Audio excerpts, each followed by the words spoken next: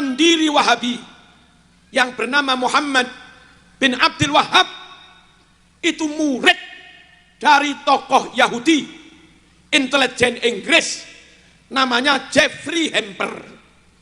Ini halaman 12. Kalau sampean nggak percaya, tak kampleng. NO tidak setuju dengan aksi-aksi di Jakarta atau di mana yang kelihatan memekekkan takbir, kelihatannya bersolawat, bertasbih, tapi tujuannya ngesruk. Halo, ngaco, keadaan jadi salbut, haram mengkacau Indonesia. Kita punya Profesor Dr. Said Agil Siraj, dia ahli filsafat, dia ahli tasawuf, dan dia Nahdlatul Ulama. Halo. Orang NU itu ya, PBNU itu sudah sering makan haram, melawan agama, melawan habaib.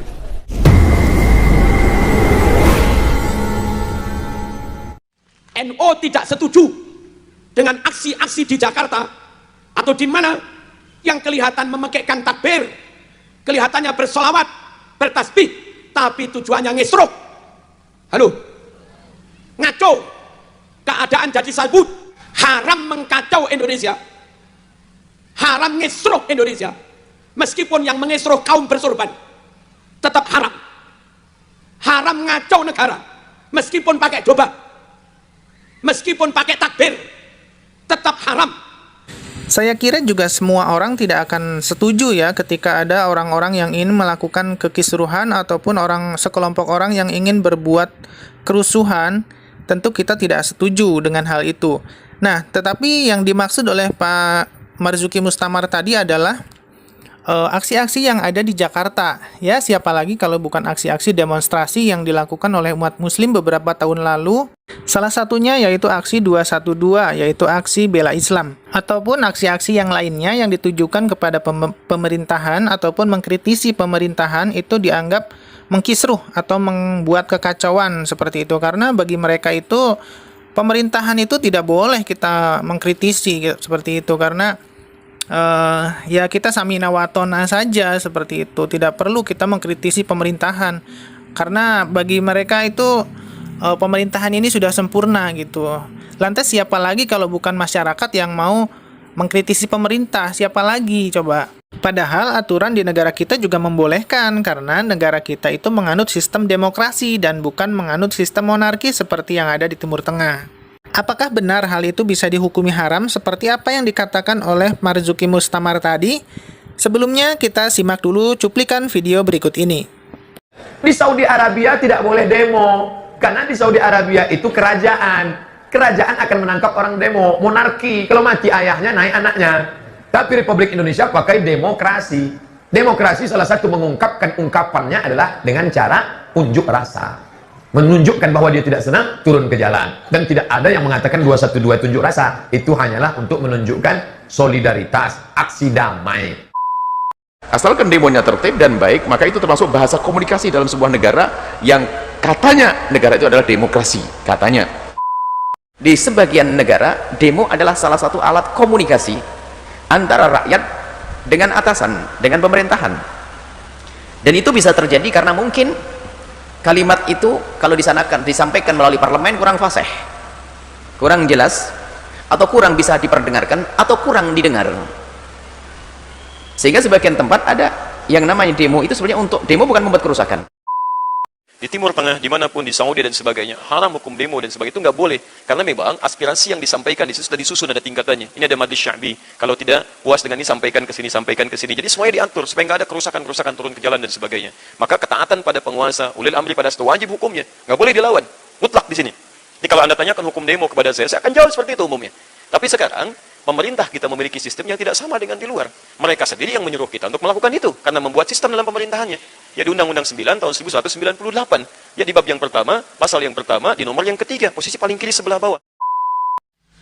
Pendiri Wahabi yang bernama Muhammad bin Abdul Wahhab itu murid dari tokoh Yahudi intelijen Inggris namanya Jeffrey Hamper. Ini halaman 12. Kalau zaman nggak percaya, tak kampleng. Karena yang nulis nggak main-main. Mbah Maimun Zubair, Mbah Fakih, Rois awal zaman Mbah Hasyim Asy'ari. Kalau ada warga NU nggak percaya pada Mbah Maimun, tak kampleng. Menurutnya, Muhammad bin Abdul Wahab ini adalah murid dari Jeffrey Hamper katanya ya. Mari kita buktikan. Di sini saya menemukan sebuah artikel dari muslim.or.id di mana artikel ini menuliskan bahwa Hamper konon adalah seorang mata-mata Inggris yang menulis sebuah diktat yang di dalamnya berisi banyak fitnah terhadap Syekh Muhammad bin Abdul Wahab. Tulisan Hamper ini dinukil dalam sebuah kitab yang dimana kitab ini menjadi sandaran bagi para pembenci dakwah sunnah untuk menjatuhkan pribadi Syekh Muhammad bin Abdul Wahab. Di antaranya artikel berjudul Membongkar Kedok Wahabi, satu dari dua tanduk setan. Kemudian di dalam artikel ini juga saya menemukan bantahan dari Syekh Hussein Malik yang mengatakan bahwa Hamper ini tidak dikenal dalam buku-buku sejarah Inggris. Coba terdapat di kitab apakah biografinya secara rinci, mulai dari nama, kedudukan, dan pekerjaannya. Beliau juga berkata, nama Hamper hanyalah sosok yang dibuat-buat belaka. Itu menurut Syekh Hussein Malik, seperti itu. Ya, menurut saya kebenarannya wallahu alam ya, saya juga tidak tahu ya. Kalau Wahabi bisa menggusur makam yang di Arab, alhamdulillah Wahabi tidak akan bisa menggusur makam Wali Songo dan makam masyayikh habaib yang ada di Indonesia. Di mana makamnya Imam Maliki? Nggak tahu, hilang. Di mana makamnya Abu Hurairah? Di mana makamnya Siti Aisyah? Di mana makam anak Rasulullah SAW, Siti Fatimah? Di mana makamnya Imam Hambali? Imam-imam besar. Di mana makamnya Imam Junaid? Imam-imam besar digusur. Di RI ada NU. Makam Gus Dur aman, makam Kiai Nawawi Sidogiri aman, makam Yai Nur Hasan aman, makam Kiai Nawawi Awal aman. Indonesia. Nah, di sini makam Al-Baqi yang merupakan pemakaman tertua dan menjadi salah satu tempat pemakaman terpenting umat muslim, terletak di daerah Madinah, dibongkar pada tahun 1806, kemudian dibangun kembali pada pertengahan abad ke-19, kemudian dibongkar untuk kedua kalinya pada tahun 1925 atau 1926. Pembongkaran ini dilakukan oleh Wangsa Saud dan pengikut ajaran Islam yang bersandar pada Al-Quran dan Sunnah yang dikenal dengan Keamiran Diriyah. Pembongkaran kedua dilakukan oleh Wangsa Saud yang menguasai Kesultanan Najd. Pembongkaran ini didasarkan pada hadis Nabi Muhammad SAW bahwa beliau melarang meninggikan dan membangun makam. Jadi jelas ya bahwa Arab Saudi melakukan pembongkaran terhadap makam-makam bersejarah umat Islam adalah alasannya yaitu karena hadis Nabi SAW yang menyatakan bahwa dilarang meninggikan atau membangun kuburan. Jika itu alasannya, lalu kenapa harus dibongkar? Nah, di sini saya mendapatkan jawaban bahwa tempat ini dulunya menjadi lokasi penting bagi kaum muslim Syiah. Sebab 4 imam Syiah dimakamkan di sana. Alasannya adalah pembongkaran bangunan kuburan Al-Baqi oleh Saudi didasarkan pada penafsiran ayat Al-Quran tentang kesirikan dalam pengagungan terhadap pemakaman keramat, bahwasannya mengagungkan makam merupakan perbuatan syirik dan meninggikan bahkan mendirikan bangunan di atas makam merupakan suatu bid'ah. Itu jawabannya ya. Kemudian jawaban yang kedua adalah pemerintah Arab Saudi akan membongkar makam setiap 4 tahun sekali. Hal itu dilakukan karena alasannya adalah lahan pemakaman di Mekah sangatlah terbatas. Nah, itulah alasannya kenapa Arab Saudi tidak mau membangun kijing atau membangun makam ya. Karena membangun kijing di pemakaman umum itu adalah hukumnya haram. Sebagaimana sabda Nabi melarang pembangunan di atas makam karena itu dapat mengganggu kemaslahatan umat.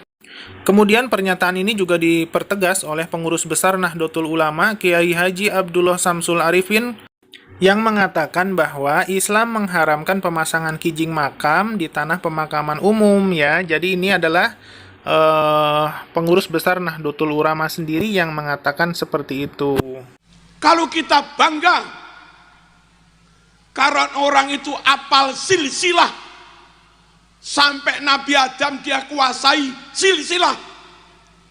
Kita punya Profesor Dr. Said Agil Siraj yang dunia Timur Tengah pun mengakui dia ahli filsafat, dia ahli tasawuf, dan dia Nahdlatul Ulama. Halo. Tentu kita sebagai umat muslim merasa bangga ketika kita memiliki ulama-ulama yang memiliki pemahaman yang lurus dalam hal akidah ataupun dalam hal ilmu-ilmu fikih dan ilmu-ilmu yang lainnya, termasuk dalam hal ilmu silsilah ya, seperti yang dikatakan tadi bahwa Akil Siraj itu hafal silsilah katanya ya. Tapi menurut saya bukan cuma Akil Siraj yang hafal silsilah, karena masih banyak ulama-ulama yang lainnya seperti halnya Ustadz Adi Hidayat, Ustadz Abdul Somad. Mereka juga hafal silsilah dari Nabi terakhir hingga Nabi Adam alaihi salam. Dan yang terpenting dalam memilih ulama, menurut Ustadz Abdul Somad, kita harus memilih ulama yang takut kepada Allah.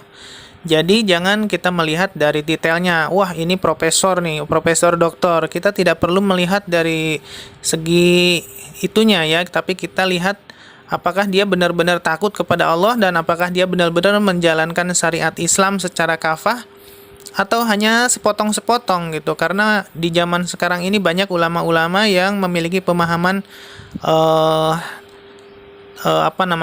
pemahaman liberal semacam itu. Jadi mereka suka mencampur adukan akidah, suka toleransinya kebablasan seperti itu. Nah, itu lebih baik jangan diikuti seperti itu. Ya, kita ketahuilah bahwa Akil Siraj dan Gus Dur itu mereka memiliki pemahaman yang sama ya dalam hal itu ya. Mereka itu memiliki toleransi yang menurut sebagian ulama itu adalah toleransi yang kebablasan seperti itu ya. Makanya Gus Najih, yaitu putranya Mbah Maimun Juber, dalam cuplikan videonya mengatakan bahwa orang-orang NU itu kebanyakan makan uang haram. Ya, wallahu alam, saya juga tidak tahu ya. Ini sangat mengerikan sekali. Sebetulnya harus kita lawan. Tapi bagaimana ya? Apakah kita sudah terbiasa dengan makan haram? Apalagi itu orang NU itu ya, PBNU itu sudah sering makan haram, melawan agama, melawan habaib, termasuk saudara saya Yahya Sakuf membenci habaib. Na'udzubillah min dzalik. Itu bagaimana ya? Memang sudah wataknya begitu. Kebanyakan makan haram ya, mulai dari zaman Gus Dur. Bahkan anak santri sarang, artinya alumni sarang, kiai atau santri, tapi membela-bela rezim ini, kebablasan, liberal kebablasan, entah karena iming-imingan atau memang sudah makan banyak haram, itu uang haram. Innalillahi wa inna